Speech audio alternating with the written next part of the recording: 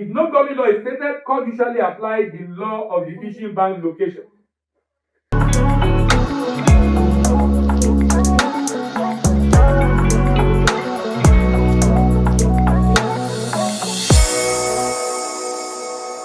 Jurisdictional challenge in cross-border dispute.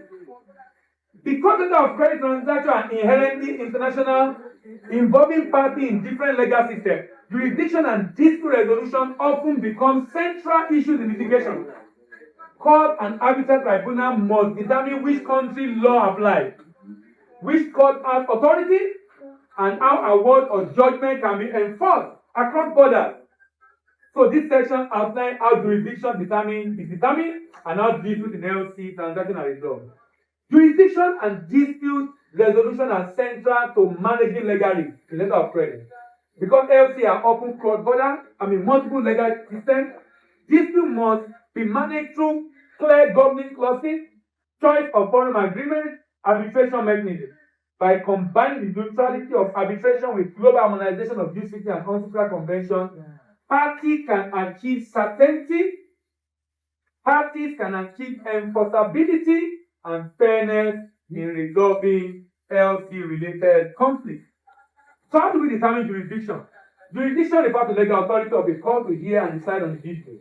The court and LC typically involve multiple parties across countries, such as applicant, beneficiary, issuing bank, confirming bank. Determining jurisdiction can be complex, but here are the factors that are commonly used to determine the court jurisdiction. Number one, governing law. If the contract already have governing law, most credit underlying contracts specify governing law. That's why if as a bank you saw the contract, you see the governing law and jurisdiction, and you are not comfortable, you should have.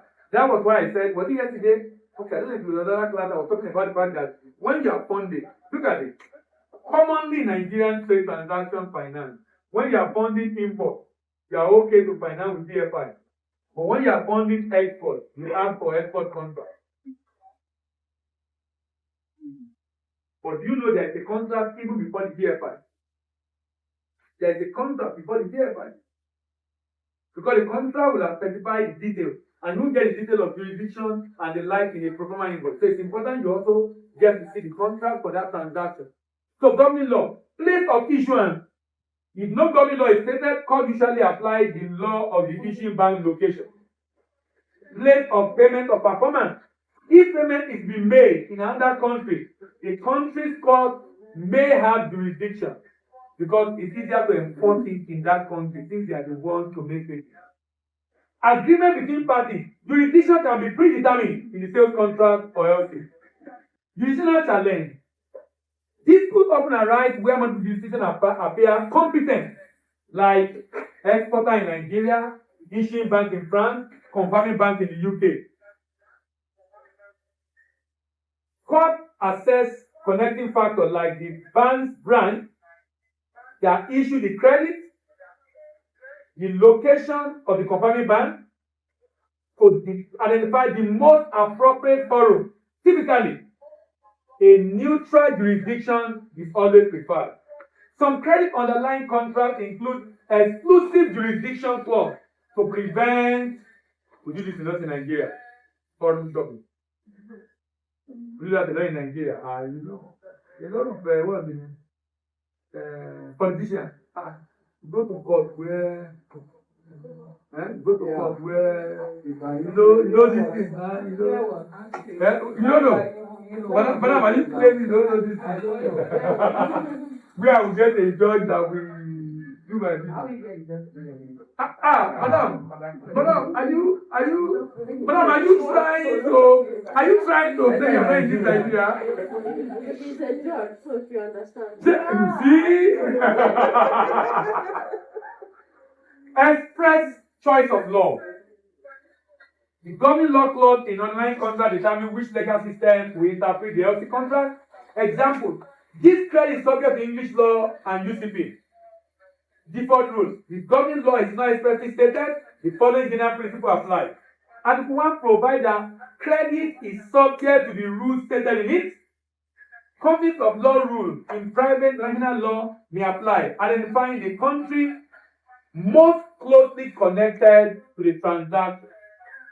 Rule. Although UCP and URL and IS98 are not laws, courts treat them as contractual terms once they are incorporated, which is why lawyers will plead them in the court to be adopted for the case so that it can be a basis for judgment. Where conflict arise between local law and ICC rules, mandatory provision of national law override. Remember what I was talking about the other time? Wherever the law of the land is at variance with the rule, what happens? The law of the land supersedes. That's why, look at it. That's why in sanctions, for example, a bank can choose not to pay. Why? Because, in fact, if you don't issue LC.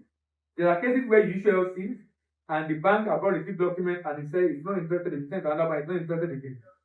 Because when they receive document and check the party they want to pay, they discover their sanction party. And they are not supposed to reveal it. Because they reveal it, then the person will go and bring donors. Yes, now you will be able to prevent them to be taken. So they just say they're not. So just got that. The bank say they are not paying, we have to find someone that maybe they have to get another bank, move the money to another bank. Why? That bank is not invested. Why?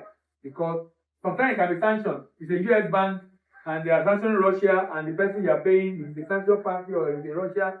They are not invested. Why? Because of the law of the country where they find themselves.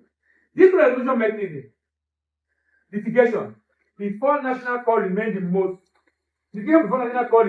common form of dispute resolution in LC because it involves binding and enforceable judgment, judicial authority to grant injunction in fraud cases.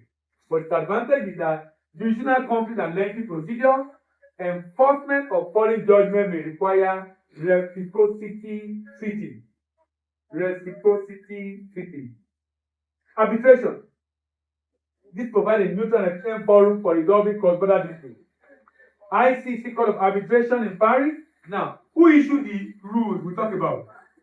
ICC. So they are the most competent organization to adjudicate on trade rules. So many people prefer them actually when it has to do with big companies, international company, and they are dealing with trade rules, they would rather go to the National Court of Arbitration of ICC in Paris. London Court of International Arbitration under commonplace and unsecured arbitration rule. Advantage: neutrality, avoid bias of national court,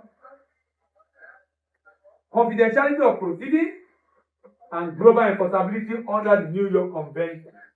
So an exporter in Nigeria and issuing bank in China can agree to resolve disputes by ICC arbitration seated in Singapore, and the arbitral award will be recognized and enforced in both countries under the New York Convention.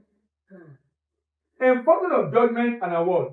Court judgment enforceable under bilateral treaties or reciprocal enforcement law.